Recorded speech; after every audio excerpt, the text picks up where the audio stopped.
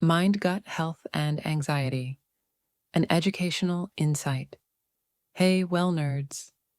The host cheerfully asked if you knew that anxiety can make your stomach troubles worse and invited us to break down the latest findings from a Cureus study.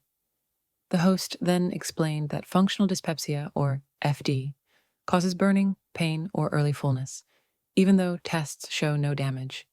It affects millions. In a 300-patient study, researchers used 3 simple questionnaires: GSRS for gut symptoms, SF-NDI for life quality, and GAD-7 for anxiety, the host informed us. They found strong links.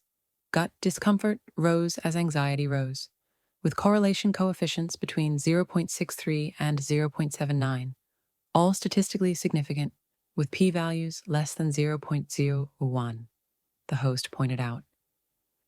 With concern in their voice, the host noted that people self-medicating had higher symptom scores and more anxiety, suggesting pills alone aren't enough.